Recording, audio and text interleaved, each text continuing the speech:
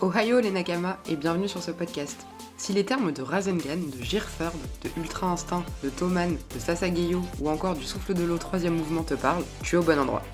Je m'appelle Ségolène, et oui, comme Ségolène Royal. Je suis une otaku et tous les vendredis je te parle de manga.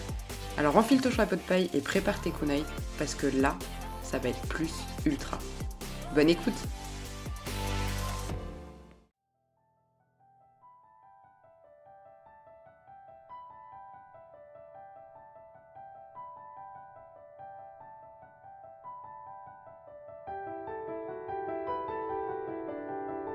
Aujourd'hui, j'ai décidé de vous parler du personnage de L dans le manga Death Note. Alors je vous rassure, il n'y aura pas de spoil du tout sur le contenu de l'histoire dans cet épisode. Alors déjà, Death Note, c'est mon second manga préféré après Naruto, parce que je le trouve exceptionnel, autant par les dessins de Takeshi Obata que j'adore, mais aussi par le scénario qui est en mode thriller de Tsugumi Oba. Contrairement à d'autres mangas qui sont relativement longs, il ne comporte que 12 tomes, et il y a 2 saisons d'une vingtaine d'épisodes à peu près chacun en animé. Du coup, ça se lit, ça se regarde plutôt rapidement. Death Note, c'est donc un excellent manga à recommander notamment aux personnes qui se lancent dans les mangas et qui ne savent pas par quoi commencer. Et parce qu'il est très rarement décevant et il fait souvent l'unanimité, même parmi les personnes qui ne sont pas des otaku, et surtout, 15 ans après, il fait toujours partie des meilleurs mangas de tous les temps. Car rappel rapide comme à chaque fois sur cette œuvre, donc l'œuvre qui est Death Note, donc les auteurs ce sont Tsugumi Oba et Takeshi Obata, donc il y en a un qui est au scénario et l'autre au dessin. On leur doit notamment l'excellent manga qui s'appelle Bakuman, qui raconte la vie de 2 étudiants qui veulent devenir mangaka et qui, à mon avis, est une histoire un petit peu autobiographique sur ces deux auteurs, et je vous recommande ce manga parce qu'il est vraiment excellent si vous avez envie de comprendre un petit peu le monde du manga et le monde de l'édition au Japon. Mais ils sont aussi à l'origine de Platinum End, qui est un petit peu moins connu. Le manga vient de se terminer en France, les derniers tomes sont sortis cet été, et l'animé sort le 8 octobre sur Crunchyroll. Et pareil, je vous le recommande parce que c'est dans le même esprit que Death Note. Il y a toujours cette question du questionnement entre le bien et le mal qui est très propre à ces deux auteurs. Donc rendez-vous sur Crunchyroll le 8 octobre pour le premier épisode. Donc ce manga a été publié au Japon entre décembre 2003 et mai 2006, et en France il a été édité par les éditions Kana entre janvier 2007 et octobre 2008. L'animé, il y a 37 épisodes, il est diffusé au Japon entre octobre 2006 et juin 2007. Il est réalisé par les studios Madhouse, et en France vous pouvez le retrouver sur ADN notamment. Il a été sur Netflix pendant une période, mais malheureusement il n'y est plus. Donc aujourd'hui vous pouvez le retrouver sur ADN. Alors évidemment, un rapide quand même résumé de cette œuvre pour savoir de quoi on parle, surtout pour les personnes qui ne connaissent pas le manga. Donc l'histoire, c'est l'histoire de Light Yagami. Donc Light Yagami, c'est un brillant étudiant japonais qui s'ennuie un petit peu dans un monde qu'il trouve assez pourri et assez corrompu. C'est un garçon qui excelle partout, dans tout ce qu'il fait, que ce soit à l'école ou dans ses projets extrascolaires. Il est doté d'une intelligence hors du commun, et un matin, il trouve par hasard par terre un cahier sur lequel est écrit Death Note. Donc Death Note, le cahier de la mort, et qui contient une multitude de règles un petit peu bizarres. Mais celle qui retient le plus son attention, c'est celle qui dit que si l'on écrit le nom de quelqu'un dans ce cahier, il ou elle meurt. Alors évidemment, au début, Light n'y croit absolument pas, mais finalement, il décide de faire des tests et il se rend compte que effectivement, ce cahier a bien le pouvoir de tuer. Donc Light décide, dans sa modestie légendaire, de devenir un dieu, qui plus tard sera rebaptisé Kira. Donc Kira, c'est un dérivé de killer en japonais, et qui exterminera le mal de ce monde en tuant les petits et les grands criminels. Donc vraiment, le but, c'est d'éradiquer la criminalité de ce monde. Il y a néanmoins une règle qui est importante à savoir pour l'usage du Death Note, c'est que la personne, l'utilisateur, doit connaître le nom exact et le visage exact de la personne qu'il souhaite tuer. C'est-à-dire que si vous mettez le nom de quelqu'un qui a un pseudonyme, cette personne ne mourra pas. Évidemment, toutes ces morts inexpliquées à travers le monde et surtout à travers le Japon vont finalement finir par attirer, bien sûr, l'attention des plus grandes agences de renseignement du monde, notamment d'Interpol, mais surtout l'attention de L, donc L, la lettre L, un mystérieux détective qui est réputé pour être l'homme le plus intelligent du monde, dont personne ne connaît le visage, et qui a déjà résolu un nombre incalculable d'enquêtes par le passé, notamment en aidant Interpol. Et ce L, donc, va rapidement devenir complètement obsédé avec l'affaire Kira et déterminé à découvrir par tous les moyens quelle est l'identité de Kira. Mais du coup, qui est donc ce mystérieux L? Alors moi, je lui dédie cet épisode parce qu'il fait partie de mon top 3 de mes personnages préférés de manga. Donc il arrive juste après Naruto, parce que je trouve que c'est un personnage qui est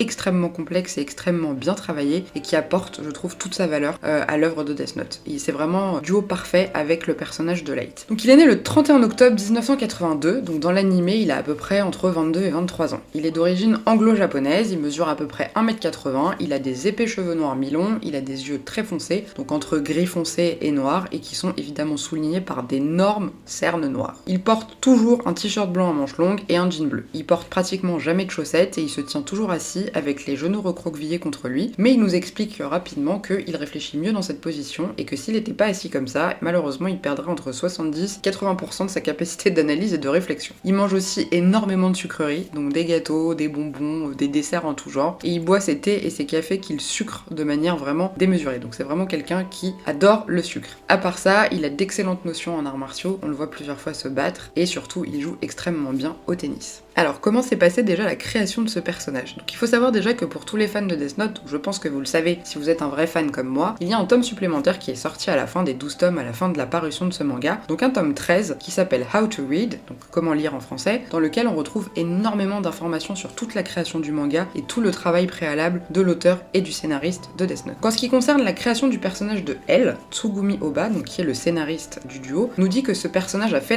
son apparition dans l'histoire parce que c'était pour permettre à l'histoire de progresser et d'avancer. Donc il devait vraiment représenter la justice qui s'oppose aux actes de Light Yagami, évidemment. Donc il devait être un super détective, doté d'une intelligence hors du commun, parce que Light lui-même est déjà particulièrement intelligent, et il nous précise qu'il aurait pu être plus âgé, mais qu'il a préféré en faire un personnage jeune adulte pour qu'il soit plus proche de l'âge de Light. Pour son passé, Oba avoue qu'il n'y a pas vraiment réfléchi, et il dit lui-même « Je me suis contenté de faire savoir qu'il méritait sa réputation d'excellent détective par le nombre impressionnant d'affaires qu'il a résolues, sans toutefois donner plus de détails à ce sujet. » Donc il a laissé ce travail à Isshin Nishio, qui a écrit un roman qui s'appelle Death Note Another Note, qui se déroule avant l'affaire Kira et qui raconte l'une des enquêtes notamment de elle. Et évidemment, en 2021, donc cette année, 13 ans après la fin de la publication de ce manga, sort un nouveau tome qui a été masterclass, moi que j'ai beaucoup aimé et que je me suis précipité de précommander dès que j'ai entendu qu'il sortait, et notamment dans ces histoires. Alors ce tome-là s'appelle Death Note Short Stories, et donc il y a 4 histoires, et dans l'une des histoires, on nous parle un petit peu du passé de elle. Donc le passé de Elle, on sait pas grand chose sur ses parents ni sur sa petite enfance. Donc quand l'histoire commence, il semble avoir à peu près 6-7 ans et il est recueilli à la Waymis House, donc c'est une maison qui a été créée par Watari qui est un personnage très important dans Death Note, pour les orphelins. Dès les premières heures de son admission, donc elle s'est déjà battue pour se défendre contre des plus grands de l'école qui essayaient de le bisuter, mais il les a tous mis au tapis en 5 secondes. Donc il résout très rapidement des puzzles et des jeux assez complexes et du coup Watari se rend très vite compte de l'intelligence hors norme de Elle. Comme il fait preuve d'aucune sociabilité et qu'il a un sens de la camaraderie qui est complètement inexistant, Watari du coup lui donne une chambre tout seul. Elle comprend très vite et très jeune que les ordinateurs notamment et l'informatique vont chambouler le monde et du coup il demande à en être équipé à Watari. Il donne aussi beaucoup de conseils en investissement à Watari qui du coup voit son patrimoine augmenter de plus de 20 000 fois, donc il devient richissime. Et finalement, quand elle finit par s'intéresser aux affaires de meurtre, de disparition, des enquêtes complexes, il comprend qu'il a enfin trouvé sa voie et Watari par la même occasion trouve la sienne, à savoir accompagner Elle et le soutenir. Donc il devient un petit peu comme l'assistant de Elle.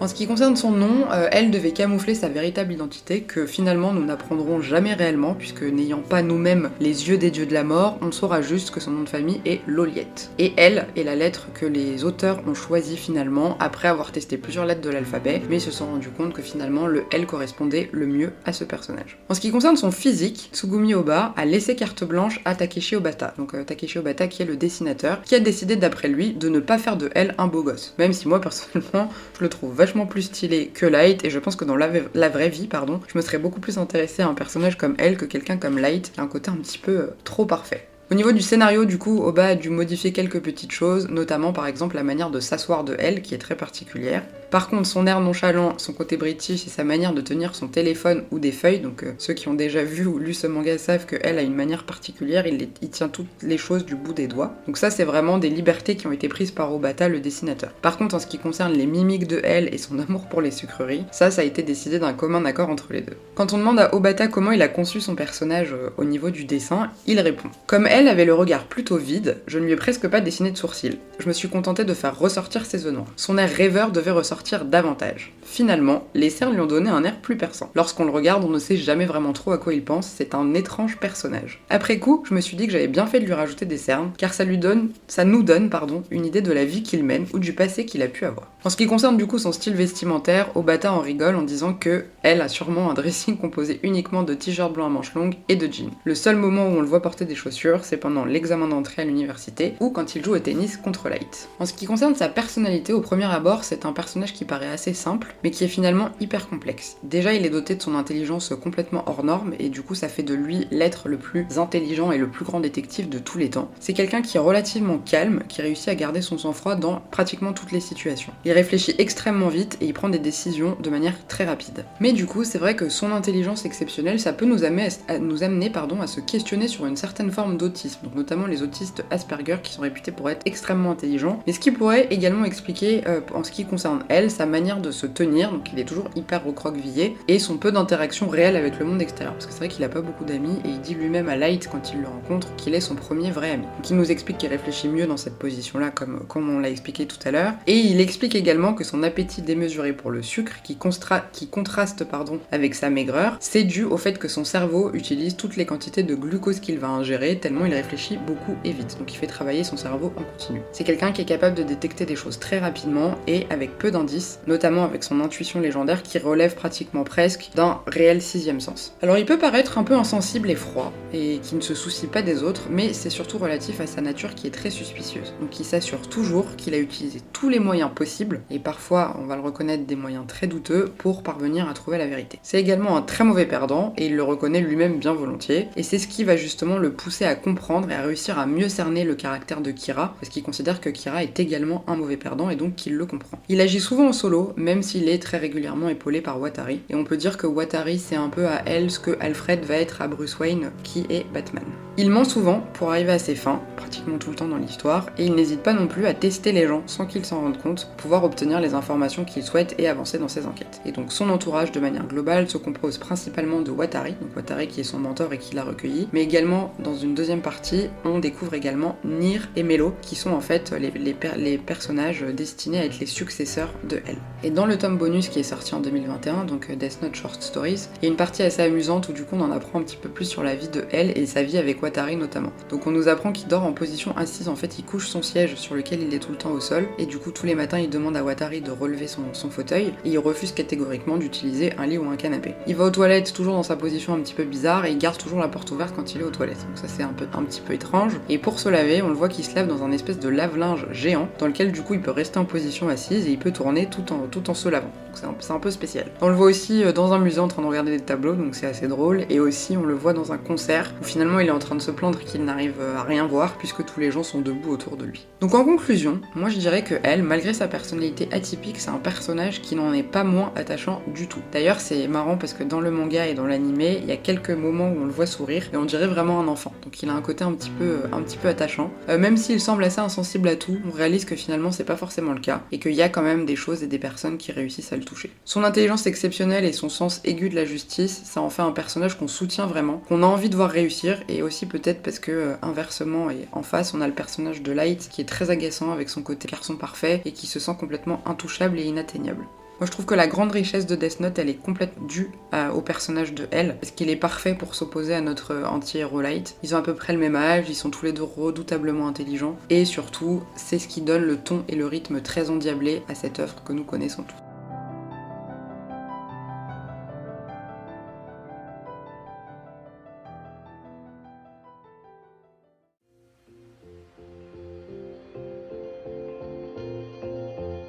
Merci pour ton écoute, j'espère que cet épisode t'a plu. Pour que je puisse devenir la Hokage du pays du podcast, n'hésite pas à me mettre une note ou un commentaire sur ta plateforme d'écoute. Ça me donnera évidemment du ki et du chakra pour préparer la suite. Sayonara, et à vendredi pour un prochain épisode.